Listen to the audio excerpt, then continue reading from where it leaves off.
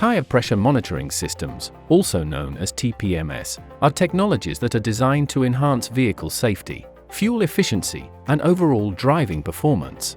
TPMS constantly monitors the air pressure within a vehicle's tires, alerting drivers in real time when tire pressures fall below the manufacturer recommended levels. This helps to prevent potential accidents that are predominantly caused by underinflation. Additionally, this aids in extending the lifespan of tires, promoting cost savings for vehicle owners through improved fuel efficiency and reduced tire wear. Legislation that took full effect in November 2014 has seen TPMS become a standard feature in all new passenger cars. There are two types of TPMS technology installed on vehicles today: direct and indirect. Both systems are used on vehicles in the UK, with direct being slightly more common.